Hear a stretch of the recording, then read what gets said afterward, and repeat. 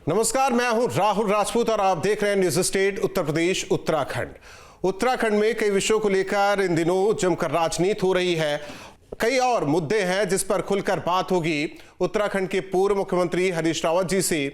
हरीश रावत जी हमारे साथ स्टूडियो में मौजूद है। पहले तो आपका न्यूज स्टेट के इस स्टूडियो में स्वागत है। सवाल आपसे शुरू करेंगे, जो ताजा अगर राजनीतिक घटनाक्रम देखे, जो कहा भू कानून बना दिया, अब इससे मजबूत क्या होगा? जब सारी जमीनें बिक गई तब भू कानून लेकर गया है।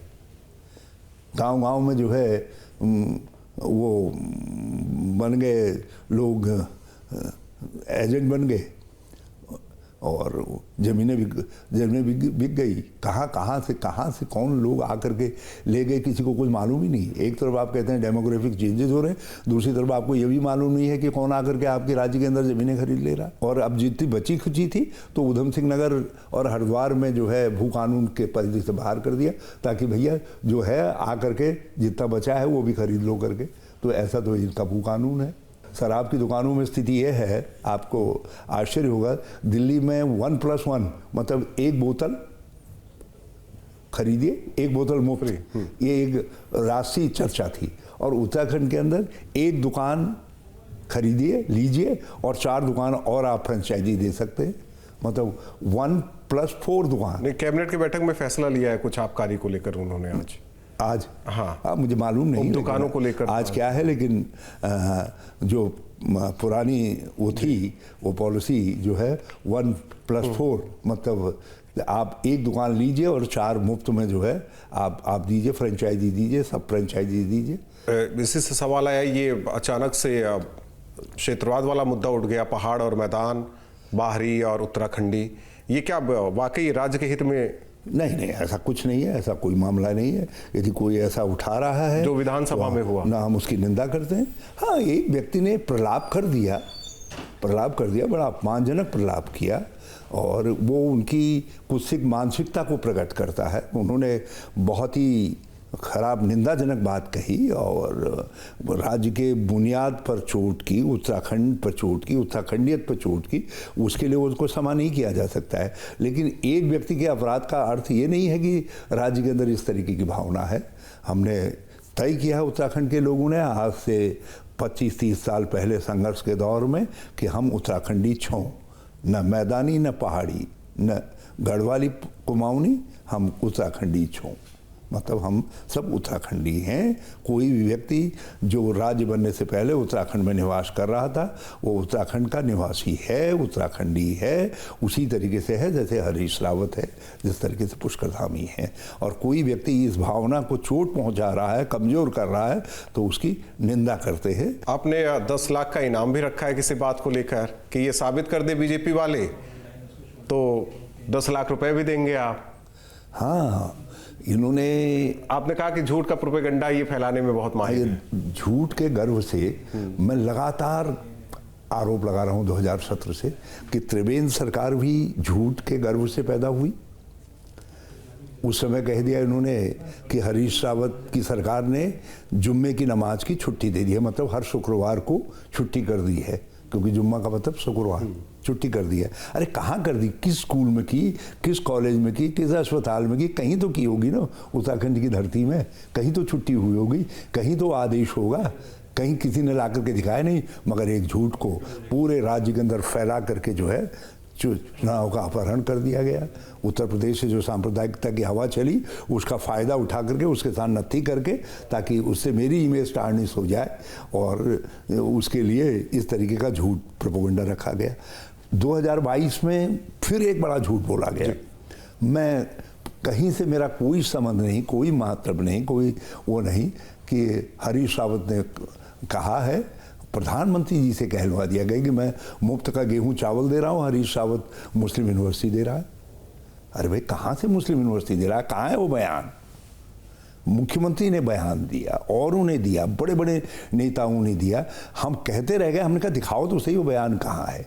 और आज भी मैं कह रहा हूँ भारतीय जनता पार्टी वालों से, यदि आप ईमानदार हैं, यदि आप बेईमान नहीं हैं, तो आप जो है वो बयान खोजिए। किसी अखबार में तो छपा होगा हिंदुस्तान में, किसी मीडिया में तो कहीं निकला होगा ना, उसकी कोई बाइट तो कहीं होगी, कोई साक्ष्य तो होगा, वो प्रकट करिए। मैंने कहा जो ला करके दिखा देगा मैं 10 लाख रुपए इनाम दूंगा। पहले मैंने 50,000 से शुरू किया था, बढ़ाते बढ़ाते अब 10 लाख में ले आया हूँ। कानून व्यवस्था पर क्या कहेंगे, क्योंकि पिछले कुछ दिनों से जो तस्वीर सामने आई वो उत्तराखंड के लिए बेहतर नहीं थी। हाँ, कानून व्यवस्था की स्थिति इस समय चिंताजनक बनी हुई है। महिलाओं पर अत्याचार की घटनाएं बहुत बढ़ी हैं।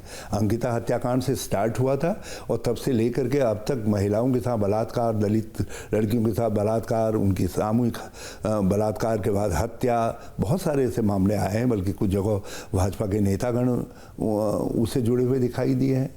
आपने हालांकि वो वाली बात विधानसभा वाली उठाई, लेकिन एक वर्ड भी आपका था, मैंने पढ़ा सोशल मीडिया पे, दुशासन। हाँ, किसके संदर्भ में था ये? अब दुशासन सत्ता का दुशासन है, जो है लोकतंत्र का चीरहरण कर रहा है, निरंतर चीरहरण कर रहा है। वो तो कहते हैं कि कांग्रेस मुक्त भारत चाहिए उनको, तो फिर विपक्ष की बात कहाँ सुनेंगे? उनको इसलिए कांग्रेस मुक्त भारत चाहिए क्योंकि कांग्रेस इस देश की संवैधानिक श्रेष्ठता की गारंटी है। उनको इसलिए कांग्रेस मुक्त भारत चाहिए क्योंकि कांग्रेस के साथ देश की आज़ादी का इतिहास, उसके मूल्य, मान्यताएं, सिद्धांत जुड़े हुए हैं और हम उच्च युक्त भारत की बात करते हैं। उनको इसलिए कांग्रेस मुक्त भारत चाहिए क्योंकि कांग्रेस से गांधी, नेहरू, अंबेडकर आदि महापुरुषों के जीवन इतिहास, जीवन क्रम जुड़ा हुआ है, तो इसलिए उनको कांग्रेस मुक्त भारत चाहिए। कई बार तस्वीरें आई कि सीएम साहब आपसे मिलने जाते हैं, फिर बाद में कहते हैं कि हम तो उनके मार्गदर्शन के लिए गए थे, उनसे वो बड़े हैं हमारे। नहीं, देखिए, मेरे ये सब लोग छोटे भाई हैं और हमारे राज्य के ये संयोग है। जनता ने, बल्कि मैं कहूँगा दुर्भाग्य भी है कि भाजपा को सत्ता सौंप दी है। तो ये लोग मंत्री हैं, मुख्यमंत्री हैं, तो हम चाहते हैं ये सफल हो, ठीक से काम करें, क्योंकि इनके कार्यकाल हमारे राज्य का भी तो कार्यकाल है। यदि ये 5 साल गलत काम करते रहेंगे तो उससे हमारे राज्य को भी नुकसान होगा। तो मुझसे जब भी मिलते हैं मैं इनको शुभकामनाएं देता हूँ, इनको शुभकामनाएं देता हूँ। जनहित से जुड़ा एक सवाल है। और यदि कभी थोड़ा बहुत भी कुछ कोई अच्छा कर देता है तो मैं वाह भी कह देता हूँ, ऐसा नहीं है। जबकि कभी कभी उससे मेरी पार्टी के लोग नाराज हो जाते हैं, लेकिन मैं ये समझता हूँ कि मेरी उम्र मुझसे ये कहती है यदि कोई अच्छा काम कर रहा है और मेरा विरोधी भी है तो मैं उससे कहूँ शाबाश। एक आखिरी सवाल स्मार्ट मीटर को लेकर है। कह रहे हैं कांग्रेस विरोध कर रही है और हम सबको क्या, किसमें? स्मार्ट मीटर, बिजली स्मार्ट मीटर। हाँ, वो लूट का एक नया तरीका है। आप प्राइवेटाइज करना चाहते हैं, इसेंशियल सर्विस है बिजली जो है, आप उसको प्राइवेट हाथों में देना चाहते हैं, इसीलिए ये प्रीपेड स्मार्ट मीटर वाला कर रहे हैं। एक बार ये प्रीपेड स्मार्ट मीटर लगेंगे, हो सकता है एक आध महीने बिजली के बिल कम आएंगे, लेकिन धीरे धीरे जो है जिस तरीके से जियो के रेट बढ़ते गए हैं उसी तरीके से बिजली के रेट भी बढ़ते जाएंगे और सारे लोग इनके चंगुल में फंस जाएंगे। तो इसलिए प्राइवेटाइजेशन के विरोध में और इसेंशियल सर्विसेज और जनता के ऊपर इससे भविष्य में भार बढ़ेगा, इसलिए हम प्रीपेड स्मार्ट मीटर का विरोध कर रहे हैं। कांग्रेस लॉक स्टॉक बैरल इस स्मार्ट मीटर को जो है कूड़े के दान में फेंक देना चाहती है।